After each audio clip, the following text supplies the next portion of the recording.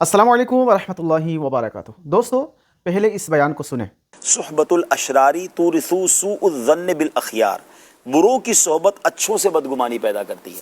اب یہاں بھی یہ پرابلم ہو گیا ہے کہ لوگ بری محفلوں میں بیٹھنا معیوب نہیں سمجھ رہے، چاہے وہ بد عقیدہ ہے، چاہے اس کا دین ایمان سے کوئی تعلق نہیں ہے، یا اس کے اعمال برے ہیں۔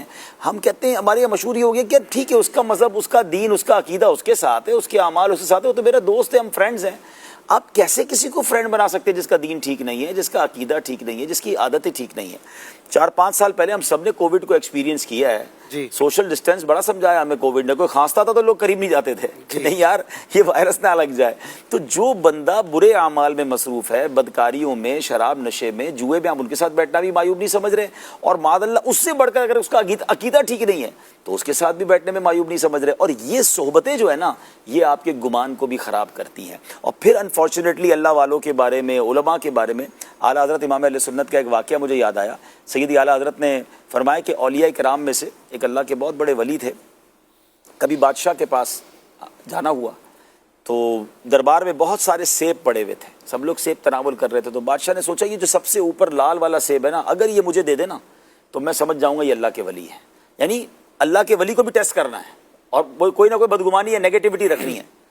تو واقعی اللہ والے تھے، دل کا حال جان لیا انہوں نے۔ وہ کہتے ہیں میں ایک میلے میں گیا تو وہاں پر میں نے دیکھا کہ ایک جو ہے بندہ کرتب دکھا رہا تھا کہ لوگوں کے سامان مکس کر لیے، اور پھر گدھے سے کہا بتاؤ کس کا بیگ کون سا ہے۔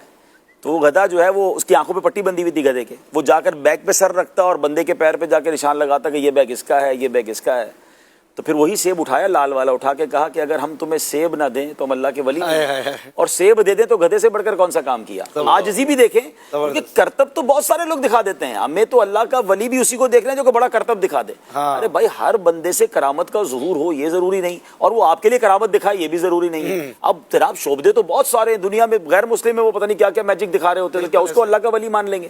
تو یہ جو ہماری جس کے اندر جو پیرامیٹر بنا لیے ہیں وہ پیرامیٹر ہی درست نہیں ہے۔ اللہ والے کے لیے دل کا حال معلوم کر لینا ضروری ہے کیا؟ یہ دیکھیں نا، دیکھیں اصل چیز ہم نے اس کی شریعت پر پابندی دیکھنی ہے کہ اس کی شریعت پر پابندی کیسی ہے۔ بعض اوقات وہ آپ کو باتیں بڑی عجیب عجیب بتا دیتا ہے اور نماز ایک نہیں پڑھتا، تو آپ کہتے ہیں بہت پہنچی ہوئی چیز ہے، وہ کہیں اور ہی پہنچی ہوئی چیز ہے، وہ اللہ رسول کی راہ پر پہنچے ہوئے نہیں ہے۔ تو ہمیں پیرامیٹر یہ رکھنا ہوگا کہ اگر ہم کسی بزرگ کو، کسی عالم دین کو، کسی شخصیت سے انسپائر ہونا چاہتے ہیں، سب سے پہلے یہ دیکھیں ان کا شریعت پر عمل کیسا ہے، تو وہاں جا کر آپ وہ پازیٹیوٹی اپنے اندر لائیں، اور اس کے بعد پھر باقی چیزوں کو چھوڑ دیں، وہ ان کا اور ان کے رب کا معاملہ ہے۔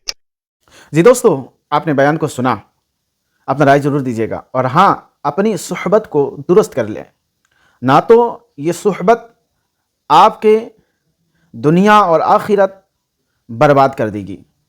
مزید اس طرح ویڈیو پانے کے لیے ہمارے ساتھ جڑے رہیں، ملتے ہیں کسی اور ویڈیو میں، تب تک اپنا خیال رکھیں، خدا حافظ، السلام علیکم ورحمۃ اللہ۔